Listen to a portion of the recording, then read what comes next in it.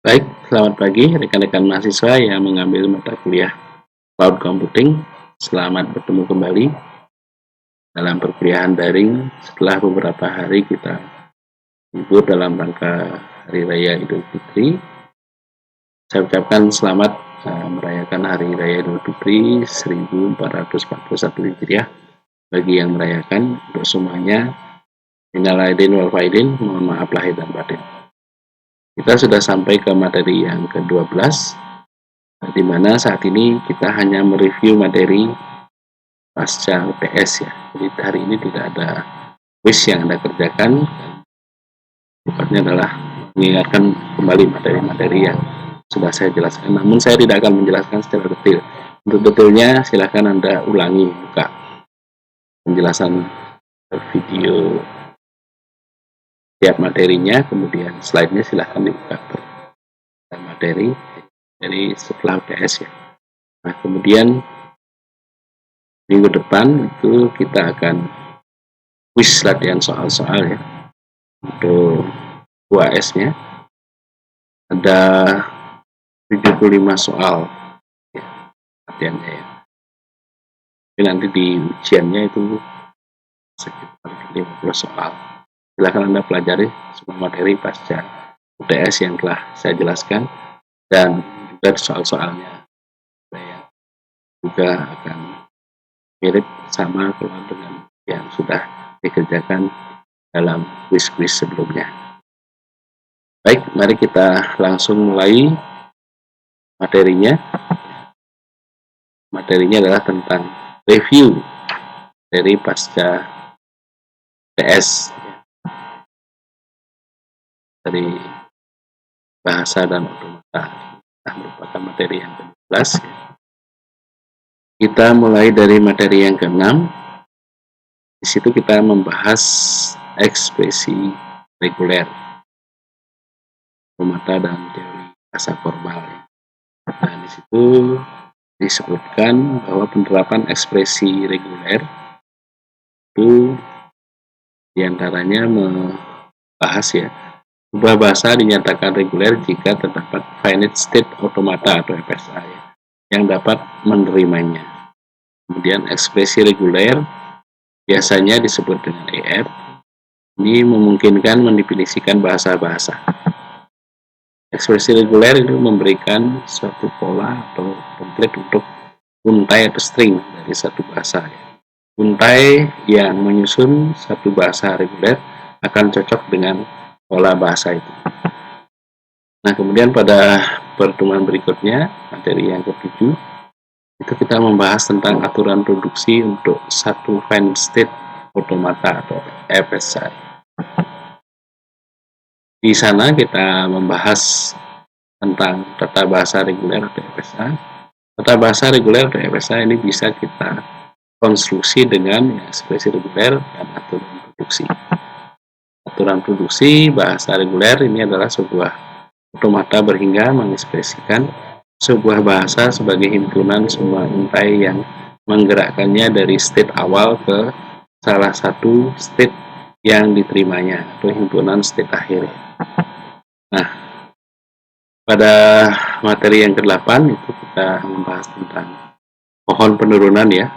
Kita laksanakan kuliahnya Kamis 2020 ya, jam 11 katanya ya. Inilah bentuk pohon penurunan itu ya. Intinya pohon penurunan itu adalah kita membahas tentang ini ya, ada huruf besar dan huruf kecil ini ya sebagai untainya, dan semua harus diturunkan sampai semuanya menjadi huruf kecil. Anda perhatikan ini ya, A kecil, B kecil semua. Nah, itulah pohon penurunan. Silahkan dibuka lagi dari saya sebelumnya penjelasannya ya. Nah, kemudian pada materi yang ke-9 itu kita membahas tentang penyederhanaan tata bahasa bebas konteks. Yang ke-9 ini kita laksanakan di April kemarin. Di situ kita membahas tentang yang pertama penghilangan produksi unit, yang kedua tentang penghilangan produksi useless. Tujuannya tentunya adalah untuk melakukan pembatasan sehingga tidak menghasilkan pohon penurunan yang memiliki kerumitan yang tidak perlu. aturan produksi yang tidak atau aturan produksi yang tidak berarti. Nah, itu materi yang ke-11. Sekarang materi yang ke-10 kita melanjutkan. Pertemuan yang ke-9 itu adalah masih bicara tentang penyederhanaan tata bahasa bebas konteks, tetapi di sini kita khusus membahas langkah ketiga, yaitu penghilangan produksi epsilon. Penghilangan produksi epsilon ini dilakukan dengan melakukan pergantian produksi yang memuat variabel yang bisa menuju produksi epsilon. Ya. Produksi penggantiannya bisa dilihat kasus ini misalnya, S menghasilkan D kecil, A besar, dan D kecil, dan A yang menghasilkan epsilon.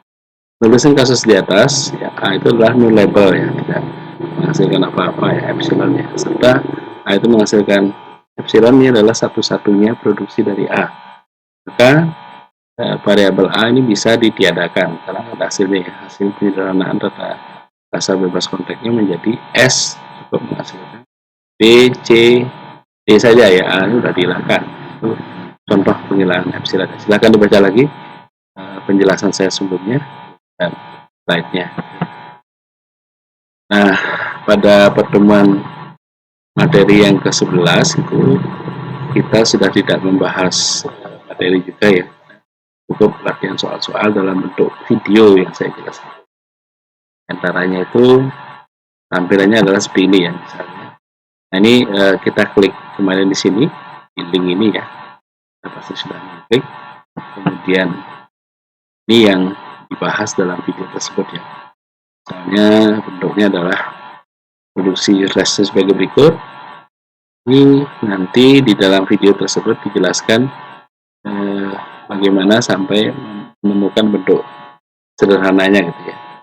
Ya, dalam proses-proses yang ada itu sederhanaan hasilnya adalah sebagai berikut, ya, hasil sederhananya.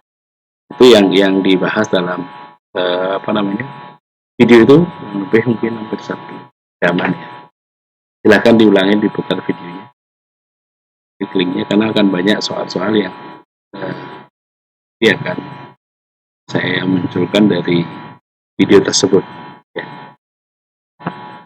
Nah, itu materi yang ke-12 ini, ya, karena bentuknya review. Sekali lagi tidak ada kuis yang Anda kerjakan. Kuisnya nanti kita kerjakan minggu depan. 75 soal dari sekian materi itu silahkan dibaca ulang, ya, karena ketika Anda masuk kuis itu waktunya sudah dihitung, tidak ada banyak waktu untuk membuka slide-nya, ya. Kalau Anda membuka nanti kehabisan waktu untuk menjawabnya. Itu yang perlu saya sampaikan untuk materi kali ini. Sekali lagi saya ucapkan terima kasih atas perhatiannya. Sampai ketemu minggu depan, ya. Depan kita akan kuis 75 soal pilihan ganda. Silakan dipelajari semua dari materi yang sudah saya jelaskan dan slide-nya, dan sama kuisnya tentunya, ya. Ada yang soal kuis tersebut.